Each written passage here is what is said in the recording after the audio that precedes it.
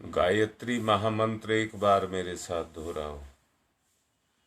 ओम भूर्भुवः स्वः तत्सवितुर्वरेण्यं भर्गो देवस्य धीमहि धियो यो नः प्रचोदयात्।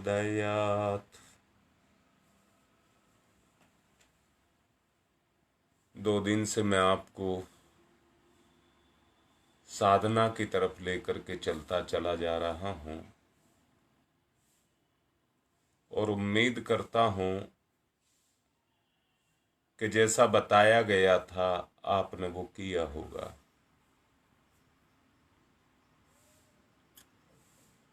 बात कहने के लिए तो मुझे जरा सी देर लगी, परंतु सच को ये देखना, करने के लिए, साधने के लिए, सधने के लिए आपको कितने दिन लगेंगे। एक बात और कहना चाहूंगा, आध्यात्मिक व्यक्ति वही है जिसे अपने में कमी नजर आए। सांसारिक वो व्यक्ति है जिसे दूसरे में कमी नजर आए। अध्यात्म की तरफ जाने का मतलब है अपनी कमियों को मिटाना। जब तक अपनी कमी ही नहीं दिखाई देंगी तो मिटाएंगे किसको।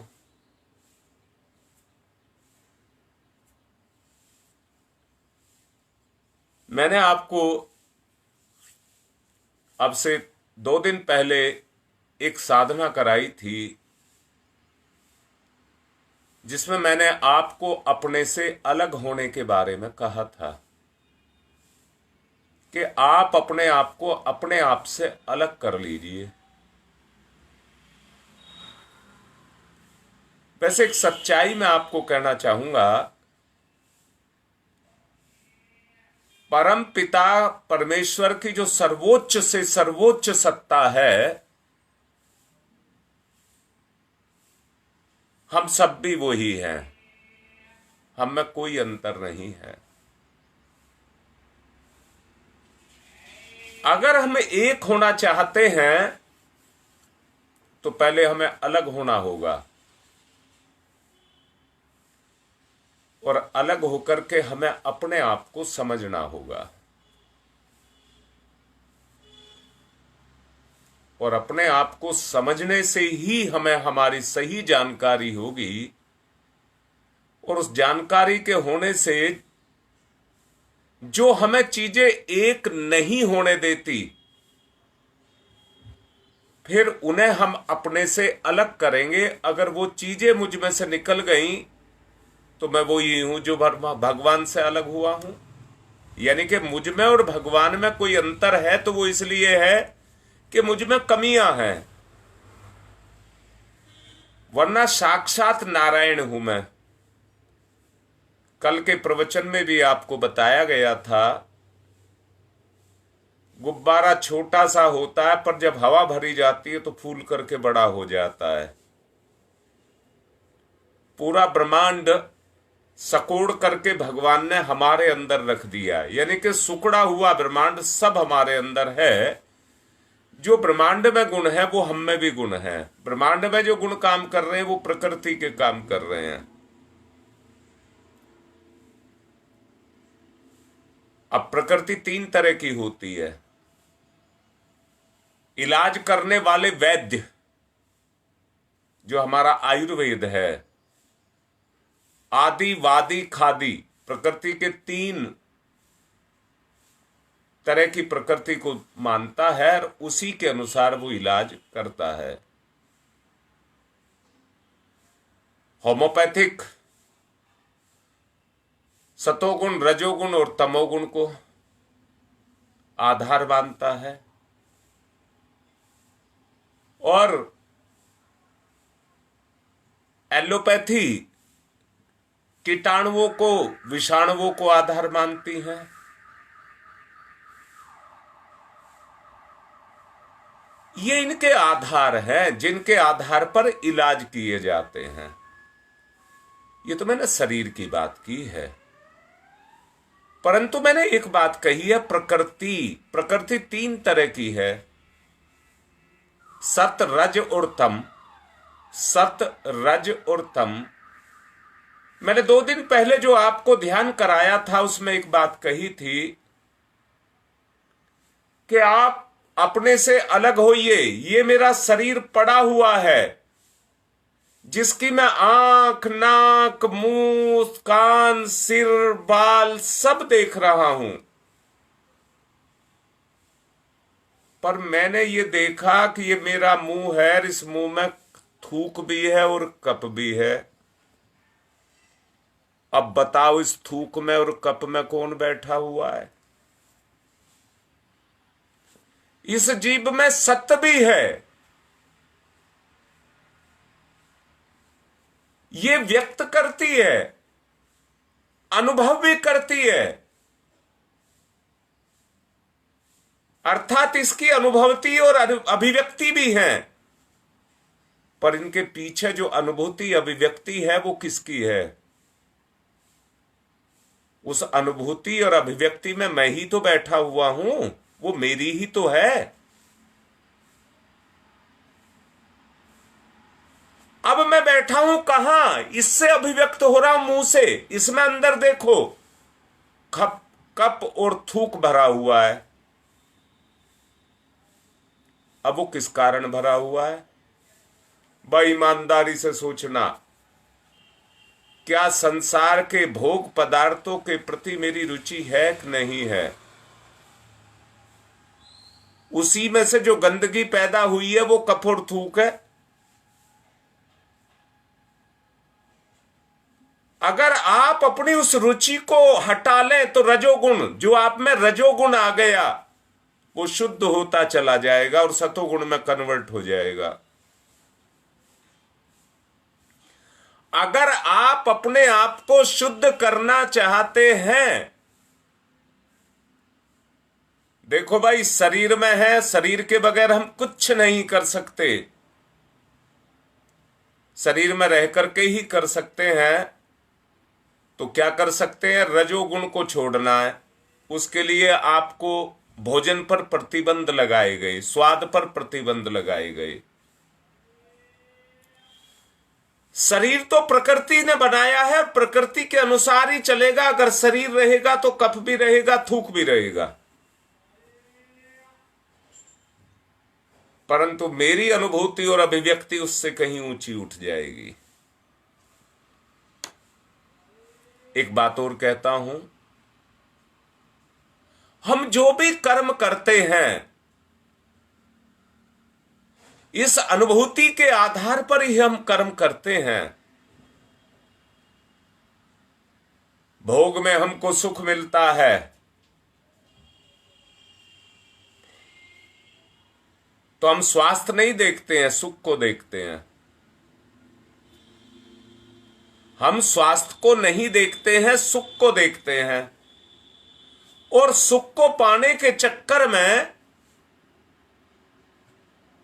हम गलत काम करते हैं। अपनी पूर्ति के लिए नहीं, सुख की पूर्ति के लिए हम गलत काम करते हैं। दूसरी बात ये कहूंगा, ये तो हुआ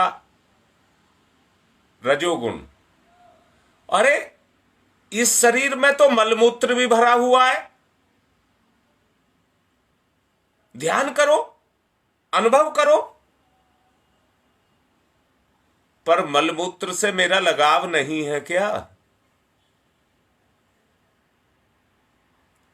मलमूत्र से मेरा लगाव नहीं है क्या? अब खोल करके ही बोल रहा हूं, जनेंद्रियों से मेरा लगाव नहीं है क्या? तो मलमूत्र में भी मैं फंसा पड़ा हूं। मलमूत्र से घृणा तो करता हूं, परंतु फंसा करके किसी और ने नहीं रखा हुआ है, मैं खुद फंसा हुआ हूं उनमें। कोई मुझे कह नहीं रहा है, परंतु मेरा मन कह रहा है, मैं उनमें खुद फंसा हुआ हूं। अगर उनसे बाहर निकलना चाहता हूं तो मुझे ब्रह्मचर्य का पालन करना पड़ेगा, यानी कि मजे का भी नाश करना पड़ेगा। जो मजे की जिंदगी अभी तक मैं जीता रहता हूं, उस मजे के सुख को भी मुझे छोड़ना पड़ेगा। आज मैं आपसे एक बात कहता हूं,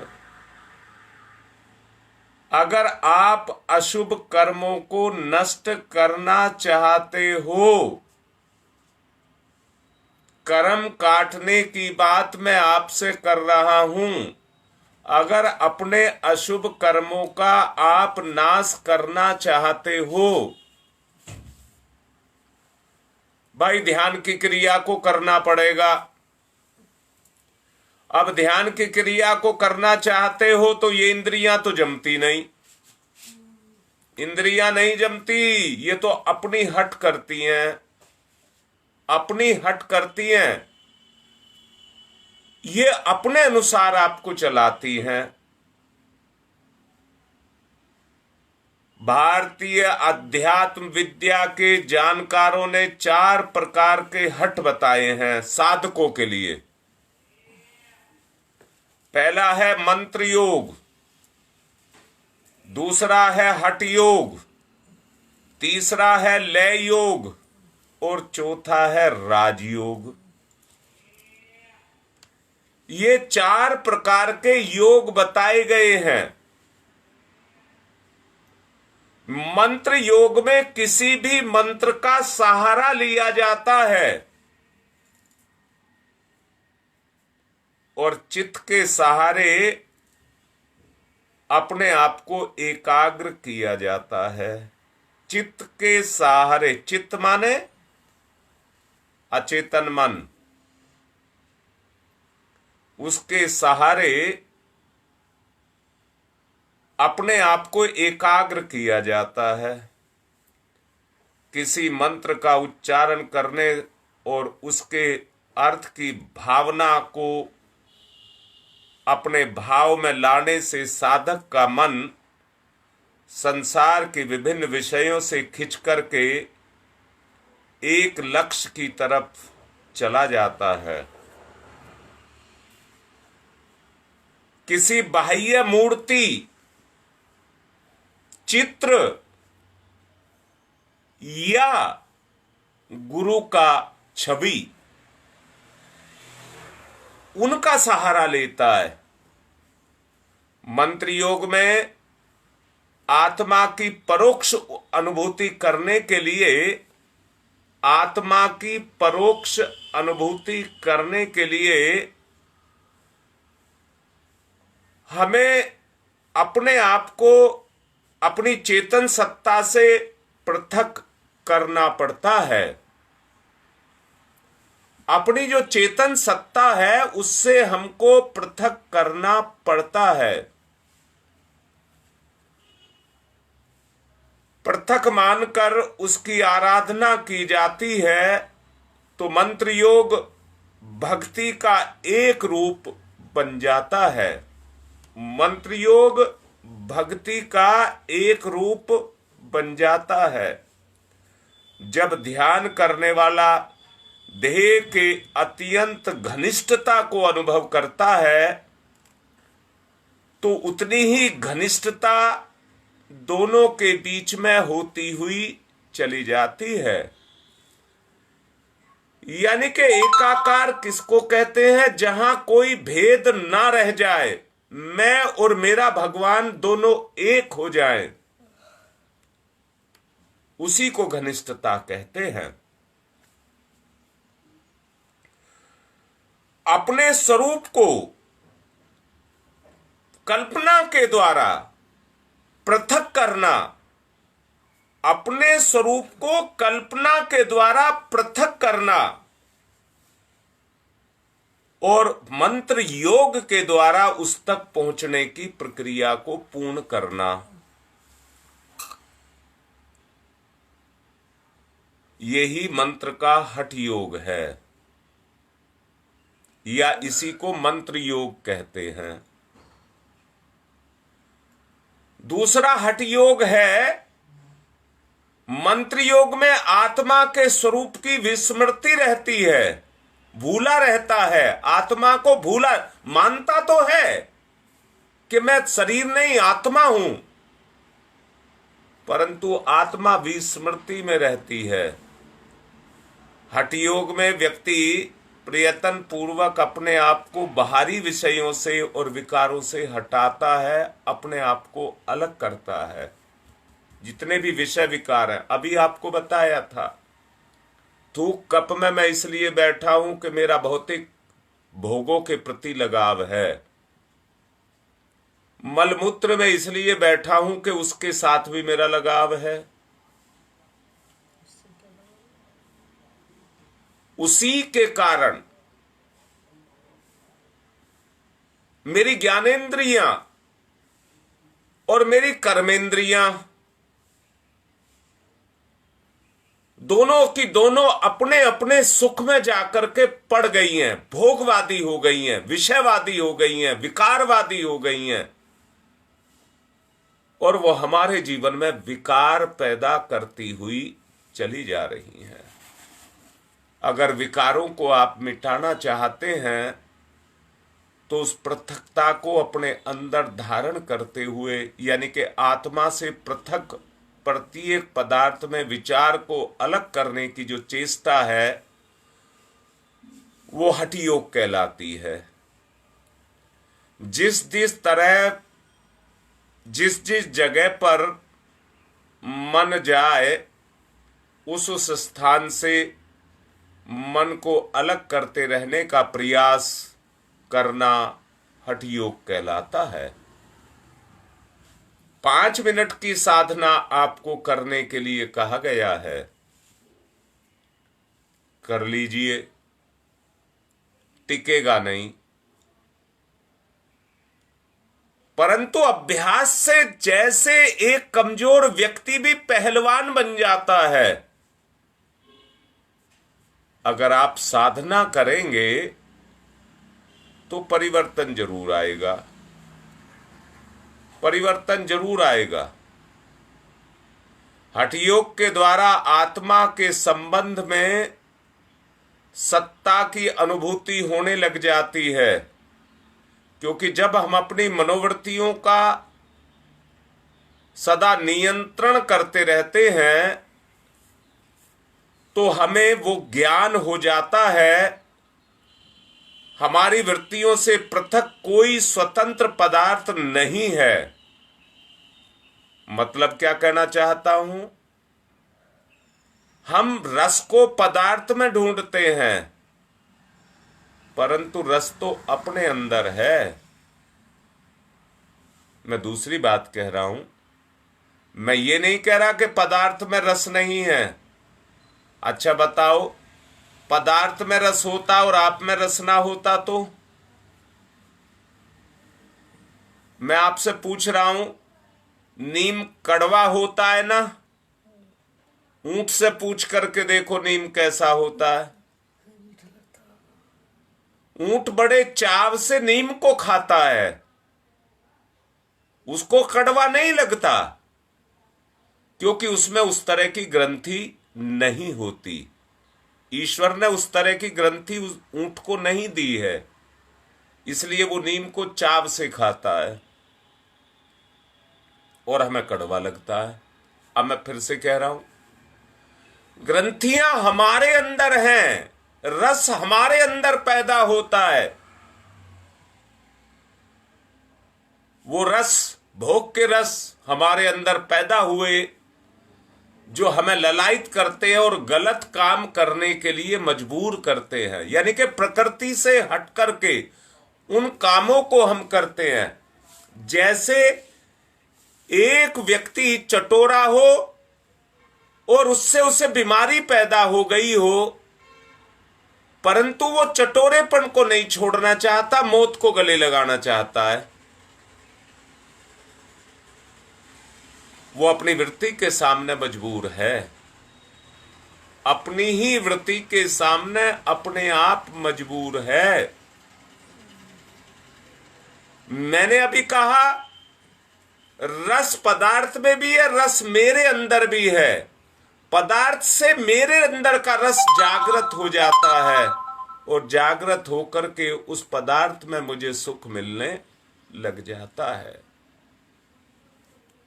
मैं उसकी तरफ ललायित होता हूं और उसी से मेरा योग होने लग जाता है। अब बताओ कैसे किया जाए?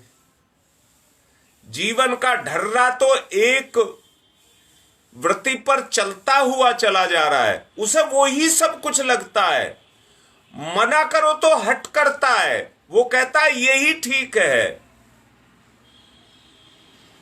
अब इस वृत्ति को कैसे मिटाएं?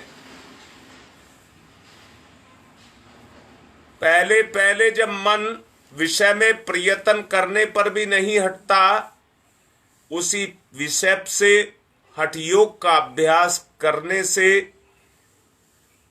धीरे धीरे उसमें शीघ्रता लाई जाती है।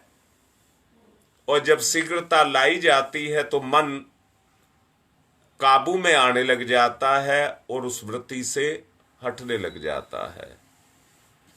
यहां एक बात और कहूंगा, अगर आप अपने कर्मों का नाश चाहते हैं, जो आपने कुकर्म कर रखे हैं, अशुभ कर्मों से अगर आप ऊपर उठना चाहते हैं, अशुभ का अगर नाश करना चाहते हैं, तो इस हठ योग की क्रिया को आप करेंगे तो आपके अशुभ कर्मों का नाश होगा कि नहीं होगा? शारीरिक संतुलन भी बनेगा, क्योंकि मानसिक संतुलन बनेगा।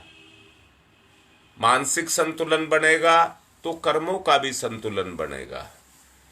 जो आज हमारी शक्ति क्षीण होती जा रही है, वो शक्ति बचने लग जाएगी, वो शक्ति बचने लग जाएगी। बचा करके उस शक्ति को वहां लगाओ जहां उसकी जरूरत है। मान लीजिए हमारा मन बार बार किसी प्रकार की खाने की वस्तु की तरफ जाता है,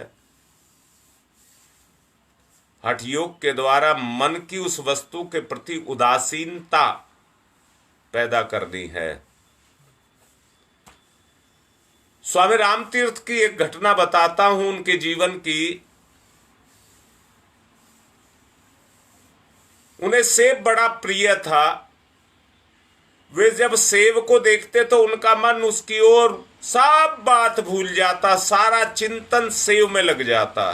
सेब उन्हें इतना प्यारा लगता था। मन चंचल हो जाने से विचार में विक्षेप पैदा हो जाता और इस कमजोरी को दूर करने के लिए उन्होंने एक सेब खरीदा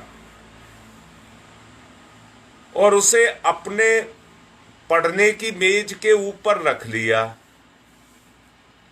वे प्रतिदिन उसकी ओर टकटकी लगा करके देखते, सेब की ओर। इस प्रकार से 8 दिन हो गए उस सेब को देखते हुए। पर जब वो सूख गया तो उन्हें उठा करके जानवर को खिला दिया। इस प्रकार उन्होंने 1 महीने तक अभ्यास किया और कितने सेबों को सड़ा करके उन्होंने गाय को खिलाया। उसके बाद उन्होंने सेब की बात मन से पूछी, बता अब क्या चाहता है? बार बार की वृत्तियों पर विजय प्राप्त करने के विभिन्न जो तरीके हैं उनको अपना करके जो शिथिलता जकड़न हमारे अंदर पैदा हो जाती है, अभ्यास से उसको दूर किया जा सकता है। हुआ भी यही। उनका मन उनके बस में हो गया। हठ योग के द्वारा जब सेव को मांगता था, क्योंकि नहीं मिला इसलिए उसने मांगना ही छोड़ दिया। मनुष्य जिस प्रकार का निर्देश अपने आप को देता है, उसका स्वभाव वैसा ही बन जाता है। जब मनुष्य प्रतिदिन ये अभ्यास करता है तो सुंदर से सुंदर वस्तु भी के प्रति जो आकर्षण उसमें होता है वो समाप्त हो जाता है। इसका एक उदाहरण मैं और भी देना चाहूंगा।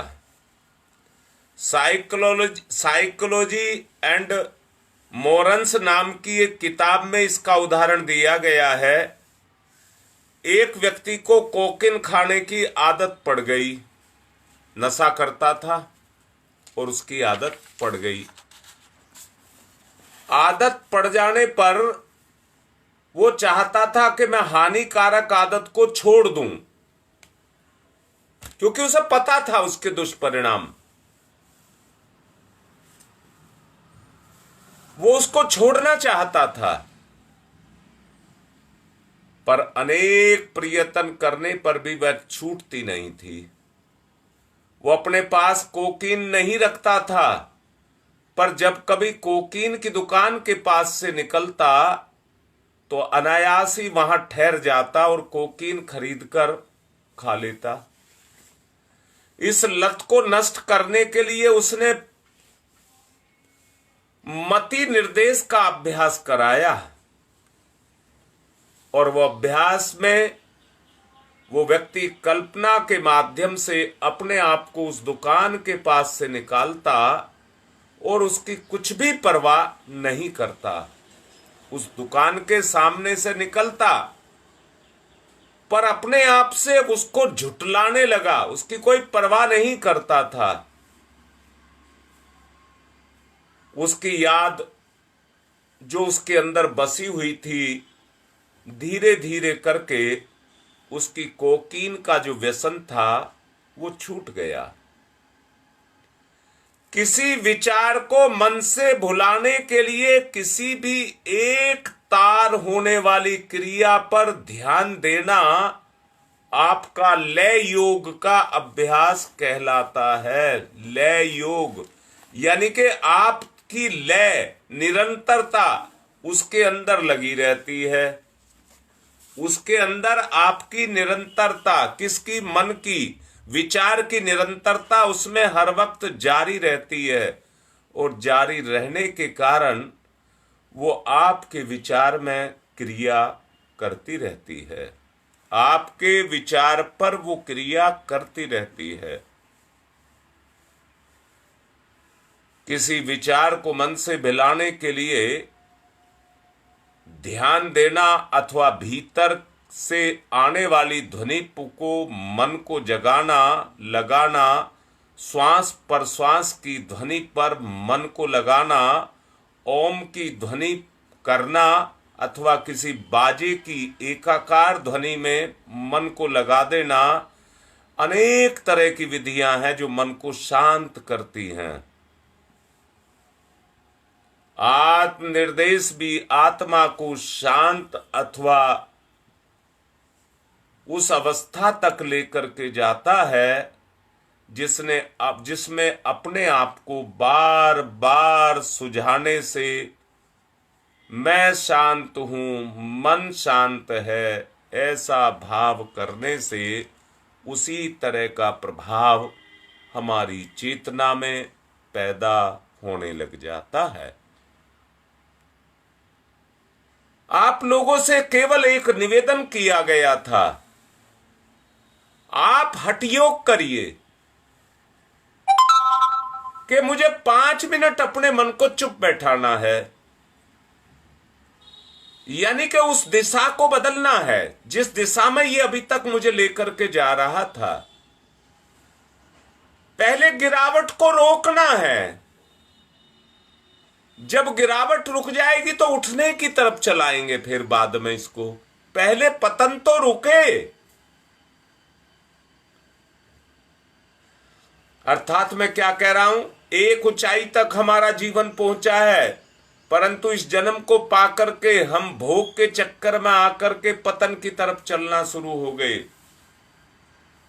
अभी नरक में तो नहीं पहुंचे हो, अभी संपूर्ण पतन तो नहीं हुआ है, अभी मृत्यु कुछ दूर तो है। इस शरीर में रह करके मृत्यु अभी कुछ दूर तो है। अगर पतन को रोक लिया और जीवन आपके पास है तो आप कर्मों से ऊंचे उठ जाएंगे। व्यक्ति को कर्म ही ऊंचा उठाता है, इसलिए हम ऐसे कर्म करें जो हमें ऊंचा उठाना शुरू कर दें। अच्छा, मैंने योग में एक योग और बताया था, उसको कहा था राजयोग। राजयोग, जब मनुष्य अपने आप को परमात्मा का यंत्र मात्र नहीं मान लेता और सभी प्रकार के कर्म अहम भाव को छोड़कर नहीं करता, तभी तक उसके कर्म और बंधन के कारण बनते हुए चले जाते हैं। जब भी कोई मनुष्य अपने काम को करता है तो वह आपको सर्वात्मा यंत्र मात्र मान करके करता है, तब उसके कर्म और विचार पुराने अशुभ कर्म और विचारों के संस्कार को नष्ट कर देते हैं। राजयोग और कुछ नहीं है, आत्मज्ञान की मनोवृत्ति में कोई भेद ना रह जाए। राजयोगी या ज्ञानी को मन से संघर्ष नहीं करना पड़ता, वो मन को किसी ना किसी प्रकार व्यवसाय में लगाने का रास्ता निकालता रहता है, रास्ता ढूंढता रहता है और वैसा ही काम करने के लिए स्वतः अपना लक्ष्य बना लेता है, अपना लक्ष्य बना लेता है उसी कर्म को।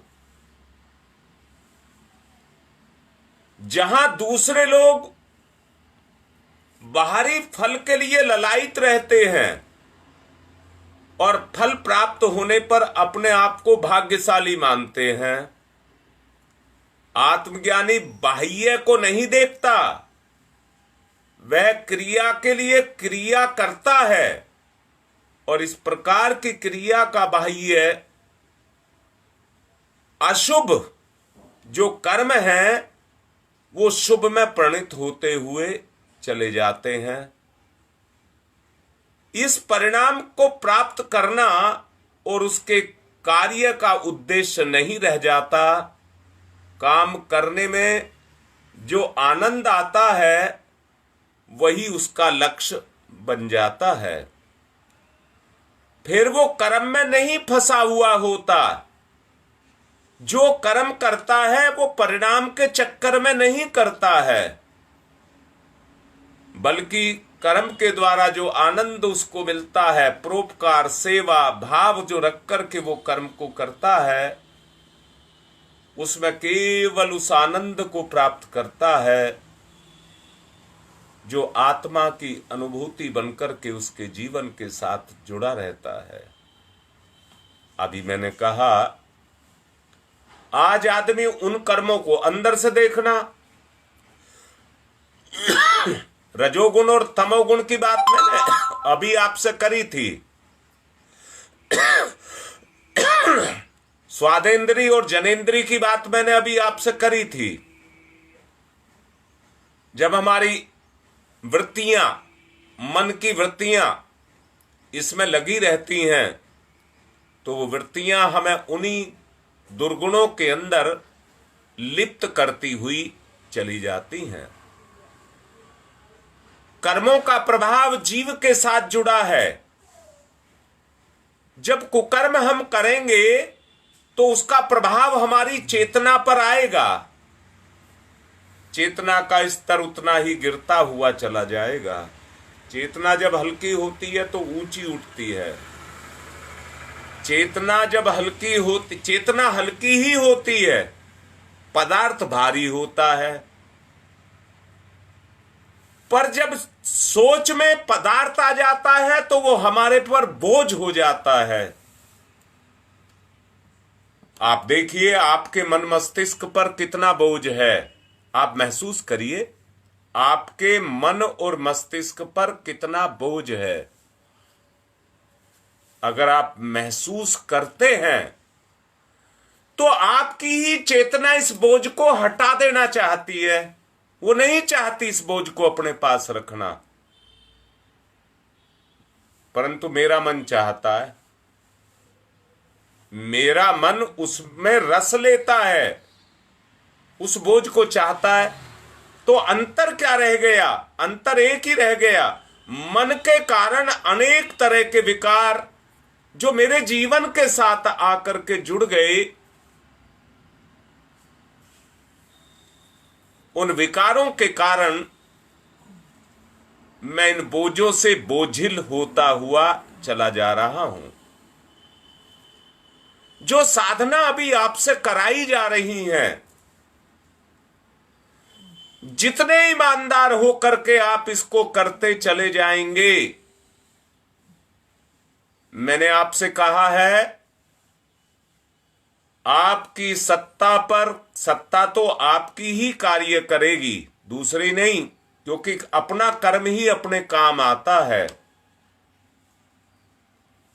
परंतु आपके साथ में परम पूज्य गुरुदेव, परम वंदनीय माता जी, ऋषि सत्ताएं, गायत्री माता सब आपके ऊपर काम करेंगी। निश्चिंत रहना, जो कहा जा रहा है उसके प्रति आपका सम्मान रहना चाहिए, निश्चिंत रहना। मैंने कल आपसे एक बात कही थी, क्या इस दुनिया में एक परम सत्ता जिसको गायत्री माता कहते हैं वो है नहीं क्या?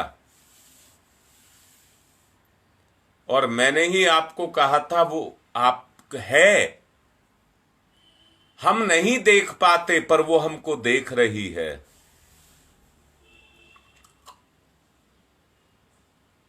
वो हमको देख रही है, तो हम प्रार्थना तो कर सकते हैं। जो हम नहीं देख पा रहे वो हमें देख रही है, हमें जान रही है, तो हम उससे प्रार्थना तो कर सकते हैं अपने बारे में। जो आपको अच्छा लगे, जो समझाया जा रहा है वो प्रार्थना कर लें आप। मैंने ही आपसे कहा था, जिस दिन आपने अनुष्ठान शुरू किया था, उस दिन से आज के दिन को आप देखिए, अगर आपको कोई परिवर्तन नजर आता है तो ये परिवर्तन कौन ला रहा है? पहले तुम पहले भी थे, आज भी हो।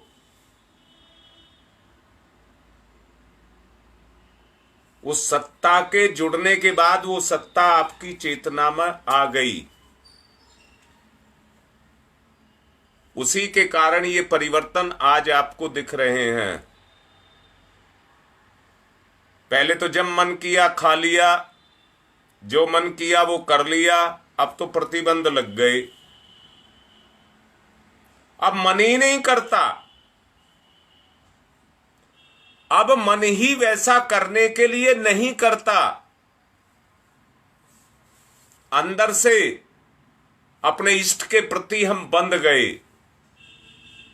और बंध जाने के कारण यहां मैं केवल एक बात कह रहा हूं, हमारे इष्ट का प्रभाव हमारी चेतना में आ गया, यानी कि इष्ट हमारी चेतना में आ गया।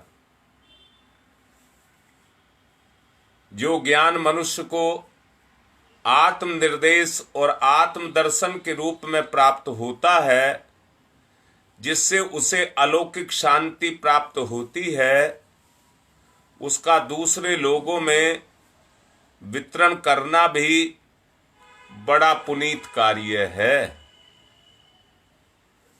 वो वही कर पाएगा जिसमें वो प्रभाव के रूप में आकर के बैठ जाएगा, जो अनुभव करेगा। वरना तो ढर्रे की जिंदगी है, ढर्रे की जिंदगी है। हमारी ही पाप, हमारी ही बुराइयां हमें उसे अनुभव नहीं होने देंगी, और अनुभव ना होने देने के कारण वो हमें इसी झंझट में, इसी प्रक्रिया में, इसी भोग में हमको फंसा करके रखेंगी।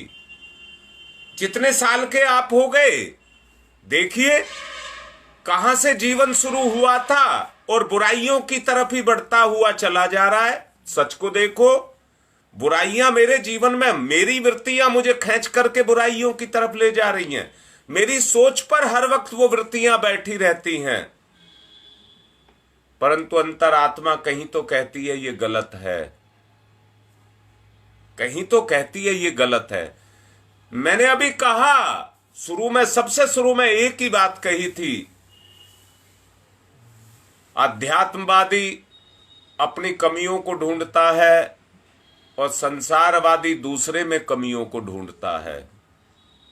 बस एक यही अंतर है, जो अपने में कमियों को ढूंढना शुरू कर देता है उसके कर्मों का नाश होने लग जाता है, और जैसे जैसे कर्मों का अगर वो नाश करना चाहता है तो उनके साथ हमारी वृत्तियां जुड़ी हैं। जैसे हमारी आत्मा हमारे अंतःकरण के साथ जुड़ी है, अंतःकरण हमारे मन के साथ जुड़ा है, मन हमारे शरीर के साथ जुड़ा है और शरीर संसार के साथ जुड़ा है। ये योग है, ये योग है। अगर मन की गति, जो पागल होते हैं, जिनका मन मानसिक रूप से जो विकृत होते हैं, अर्थात जिनकी चेतन मन में ज्ञान काम नहीं करता है, उनके लिए संसार वैसा ही वीरान है। एक पशु का जीवन देखिए और एक इंसान का जीवन देखिए, उनमें जो अंतर है उस अंतर को महसूस करिए। पशु को संसार कैसा दिखाई देता है और मनुष्य को संसार कैसा दिखाई देता है। पशु अपने लिए क्या चाहता है और इंसान अपने लिए क्या चाहता है, जरा इस बारे में सोच करके देखना।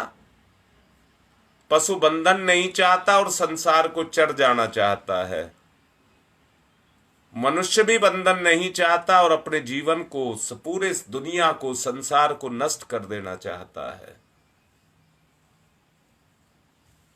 अगर आप अध्यात्मवादी बनते हैं तो ये आपकी वृत्तियां बदलनी शुरू हो जाएंगी। जो आप बहिर्मुखी अभी हुए हैं, आप अंतर्मुखी होने लग जाएंगे। बाह्य ज्ञान के बजाय आत्मज्ञान आपके अंदर क्रियाशील हो जाएगा। आत्मज्ञान आपके अंदर क्रियाशील हो जाएगा। इसलिए साधना करिए। 2 साधनाएं अभी आपको बताई गई हैं। अपने आप को अपने शरीर से बाहर निकाल करके अपनी अनुभूति करिए। दूसरा, 5 मिनट मन को रोक करके 15 मिनट तक ले जाइए। ये 2 साधनाएं आपको बताई गई हैं। इतना अभी कर लें, फिर अगली गतियां बताई जाएंगी, आप उनको कर लेना। कह देना बहुत आसान है, पर करने वाला जानता है कितनी मेहनत इनके लिए करनी पड़ती है। इसलिए बड़े ही आत्मिक निवेदन के साथ आपसे इस बात को कहा जा रहा है कि आप ऐसा करें। अगर आप करेंगे तो सचमुच आपको इसकी अनुभूतियां होंगी और आप आगे बढ़ना, जहां अनुभव होने लगा वहीं आप आगे बढ़ना शुरू हो जाएंगे। अपने जीवन को आगे लेकर के चलना। समय साथ नहीं दे रहा है, अब समय पूरा हो गया है। यही उम्मीद करता हूं कि आप जितनी साधनाएं बताई जा रही हैं वो कर रहे होंगे। कोई और तरीका मुझे समझ नहीं आता, कैसे चेक किया जाए, कैसे पता लगाया जाए, इसलिए आपके ऊपर ही छोड़ता हूं। हो सके तो आप अपने लाइव के अंदर लिख करके डाल दिया करो अपने अनुभव, या व्हाट्सएप पर लिख कर डाल दिया करो अपने अनुभव। जो कुछ भी दिशा निर्देश उसमें होगा आपको दिया जाएगा। आज की बात को संपन्न कर रहा हूं। ओम शांति ही शांति ही शांति।